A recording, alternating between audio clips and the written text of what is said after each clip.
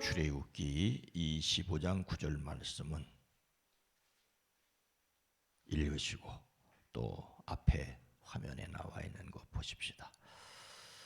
함께 읽겠습니다. 무릇 내게 보이는 모양대로 장막을 짓고 기구들도 그 모양을 따라 지을지니라. 그 다음에 출애굽기 39장 43절 말씀 함께 읽습니다. 모세가 그 마친 모든 것을 본즉 여호와께서 명령하신 대로 되었으므로 모세가 그들에게 축복하였더라. 아멘. 오늘도 예수님 때문에 행복하시기를 주의 이름으로 축복합니다. 삼가 고견의 명복을 빕니다.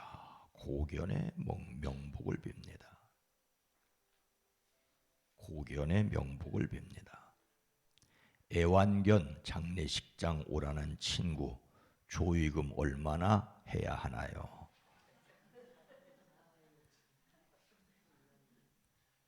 친구가 키우던 개 가지고 애완견 장례식장에 참여할 것을 요구받았다는 사연입니다. 친구에게 연락을 받았지만 개 장례식에 참여하는 것이 맞는지부터 조의금은 얼마나 내야 하는지 고민하는 내용을 읽었습니다. 친구로부터 강아지 장례식장에 오라는 연락을 받고 장례식장을 찾았는데 그곳에 조의금함이 있었다라며 순간 당황했지만 친구가 서운할 수 있을 것 같아 현금 입출금기에서 현금 5만 원을 찾아 넣었다고 합니다. 또 다른 사람은 얼마 전 친한 친구가 기르던 푸들이 수명을 다해 생을 마감했는데 가까운 주변 지인들을 불러 작게나마 장례식을 치른다고 했는데 시간이 되면 오라고 해서 일단 알았다곤 했지만 그래도 명색이 장례식인데 빈손으로 가기는 좀 그래서 조의금을 내야 할지 아니면 강아지 장례식에 얼마를 내야 할지가 궁금하다고 했습니다. 사람 수준의 예우를 받으며 장례가 치러지는 개도 있다고 합니다. 한두리꾼은 개가 죽으니 3일장을 지내고 조의금을 받더라고. 회사 사람 애완견이 최근 죽었는데 삼배옷을 입혀서 3일장을 지내줬더라고. 영정 사진을 올리고 제사상도 차렸다라고 전했습니다. 또 영정 사진이 올라온 걸 제가 봤어요. 이런 수요가 많다 보니까 애완동물 장례 서비스를 제공하는 업체도 늘어 우리나라에서 68곳이나 있다고 하고 그 중에 61곳은 화장시설까지 갖췄다고 합니다. 포털 사이트에서 강아지 장례식 검색하면 전문 상조업체 광고가 줄줄이 표시될 정도로 관심이 커지고 있다고 합니다. 이런 형편이다 보니 터무니없는 비용을 청구하는 업체도 있고 또 그 과정에서 한국소비자원에 의하면은 또 피해를 봤다는 내용도 있습니다. KB경제연구소가 펴낸 2023년 한국 반려동물 보고서에 따르면 전국에서 개나 고양이 등 반려동물을 키우는 가구는 552만 가구, 인구수로 따지면 1262만 명에 달한다고 합니다. 이렇게 많은 분들이 애완동물에 애정을 쏟다 헤어지게 되면 이렇게 되면 슬퍼한다는 데는 이의가 없지요. 또 정말 친한 사람들이라면 슬픔을 나눌 수 있어야 될 것이라고 저는 생각합니다.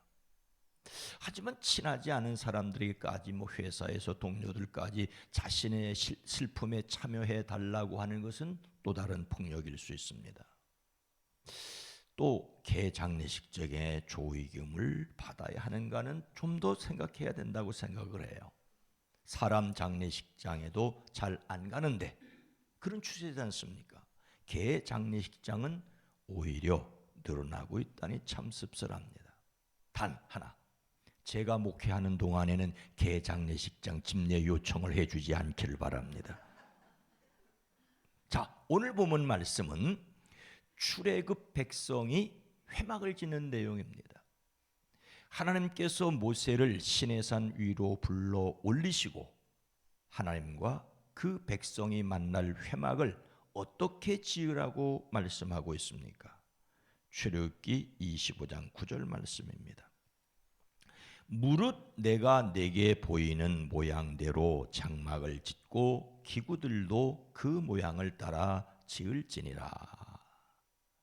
하나님께서 모세를 통하여 이스라엘을 애굽에서 이끌어내셨습니다. 홍해를 건너고 시내산 아래에서 언약을 맺습니다. 하나님은 그들의 하나님이 되시고 그들은 하나님의 백성이 되기로 하였습니다.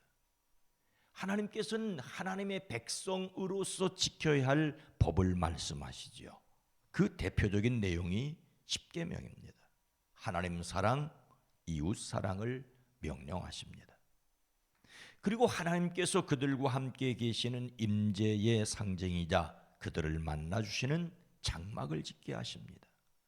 장막은 휘장장자를 써서 한 데서 볕이나 비바람을 피하기 위해 둘러친 천막, 텐트를 말합니다. 천막, 그러면 하늘천자를 써서 하늘에서 내리는 비나 바람, 강한 햇볕을 가리기 위한 텐트를 가리킵니다. 근데 성경에서는 이 장막을 회막 또는 성막이라고 합니다. 하나님과 사람이 만난다는 목적으로 모일 회자를 써서 회막이라고 합니다. 근데 하나님이 사람을 만나 주시는 일이 얼마나 거룩합니까?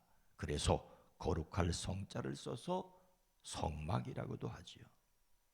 같은 텐트인데 장막, 회막, 성막이라고 그 뜻에 따라서 다르게 부르고 있습니다.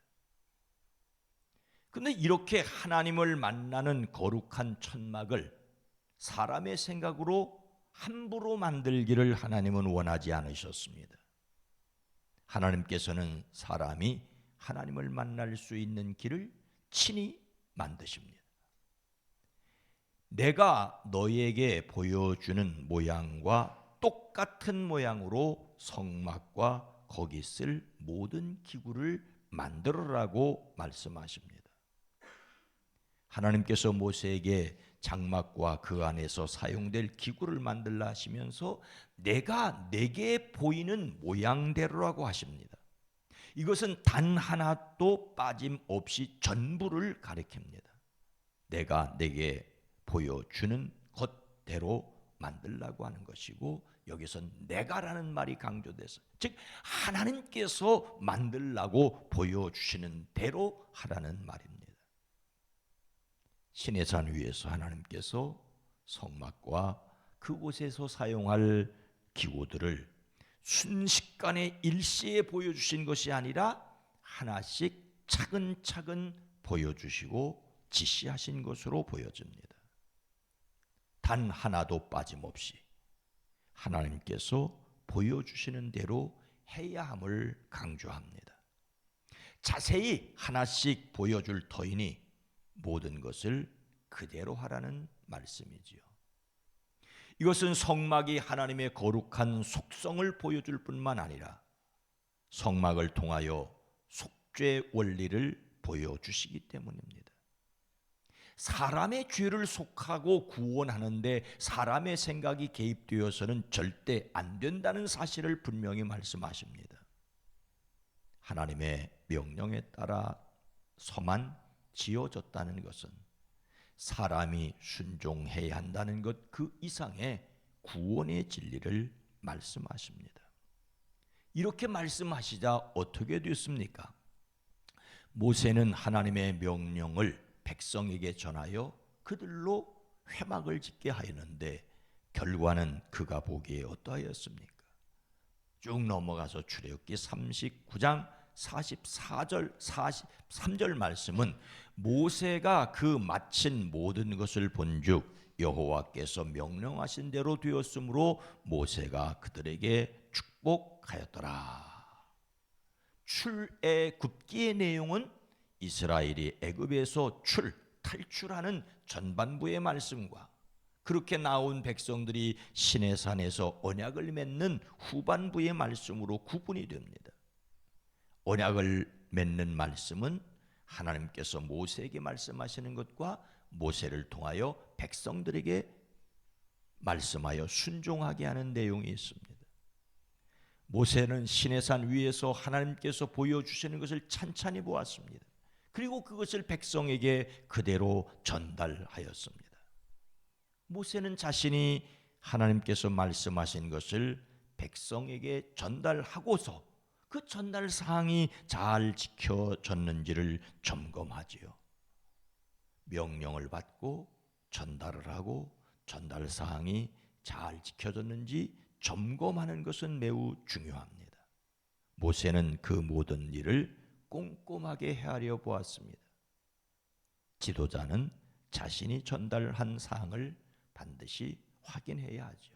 숙제를 내줬으면 반드시 숙제 검사를 해야 합니다. 숙제를 내주고 숙제 검사를 하지 않으면 그 다음부터는 숙제를 하지 않기 때문이죠. 그런데 모세가 그 모든 것을 점검하여 보니 그들이 하나님께서 명하신 그대로 하였습니다. 모세는 이것을 매우 감격적으로 받아들였습니다. 자신이 하나님께서 보여주신 것을 백성에게 전달했는데 그대로 하였다는 것은 자기 명령이 아니라 하나님의 명령대로 한 것이기 때문에 너무나도 감격적이었습니다. 모세는 전달했고 백성은 하나님께서 말씀하신 것을 모세가 전달한 것을 그대로 순종했습니다. 이것은 모세의 기쁨이자 하나님께서 영광을 받으시는 것이었습니다. 사도 바울은 자신이 전하여 준 복음 그대로 살아가는 교인들을 보며 기뻐하였죠. 우리는 읽는 말씀을 통하여 선포되어 듣는 말씀을 통하여 우리의 눈으로 묵상하고 깨달은 말씀을 순종해야 합니다. 그대로 순종해야 할 책임이 있지요. 말씀에 순종하기를 결심하는 사람들이기를 주의 이름으로 축복합니다. 그래서 오늘 말씀을 마음에 새기고 하나님의 말씀 그대로 따라서 실천하기 위해 자신이 순종해야 할 것이 무엇인지를 생각하셔야 됩니다. 백성이 성막과 그 안에 사용할 기구 만든 것을 모세가 점검하여 보니 자신을 통하여 하나님께서 명령하신 그대로 하였습니다. 그래서 모세는 그들을 축복합니다. 축복하였다는 말은 모세가 복을 나누어 줬다는 말이 아니라 하나님께서 복 주시기를 빌었다는 말이죠. 하나님의 말씀에 순종하는 이들을 위해 마음껏 축복하는 것을 볼 수가 있습니다. 하나님의 말씀에 그대로 순종하는 사람들에게 진심으로 복을 빌어줄 수 있습니다. 우리는 성령의 능력을 의지하고 말씀을 힘써 그대로 순종해야 합니다. 이미 그리스도 예수 안에서 우리에게 주신 은혜를 믿음으로 말미암아 우리 안에 계신 성령을 의지하고 하나님의 말씀을 순종하기를 주님의 이름으로 축복합니다. 거룩하신 하나님, 자비로우신 주님, 하나님께서 모세를 통하여 말씀하셨고 모세를 통하여 전달받은 말씀을 백성들이 그대로 지켜 하나님의 말씀을 이룬 것처럼 하나님의 뜻이 우리를 통하여 세상에 온전히 서가게 하옵소서. 성령 하나님 도와주시옵소서. 성령 하나님 인도하여 주시옵소서. 성령 하나님 우리로 듣는 말씀, 읽는 말씀, 묵상하고 깨달은 말씀이 그대로 지켜지기를 원합니다. 하지만 주님, 우리가 연약합니다. 부족합니다. 은혜의 확신을 가지고 성령의 능력을 의지하고 살아가게 하옵소서. 하나님의 말씀에 또한 하나님의 뜻에 더욱 집중하는 저희들 되어지게 하옵소서. 오늘 한 날도 복되게 하옵소서. 수요기도회로 모일 때 함께하여 주시옵소서. 예수님의 이름으로 간절히 기도드리옵나이다. 속장 모임이 있습니다. 또 오늘 저녁 음성 지방 집회를 위해서 기도해 주시기 바랍니다. 오늘 말씀을 보면 생각하며 하나님의 말씀을 그대로 따르게 하옵소서. 성령의 능력을 힘입어 순종하는 교회, 예수님의 생명이 경험되는 세상이 되기를 위해 기도합니다.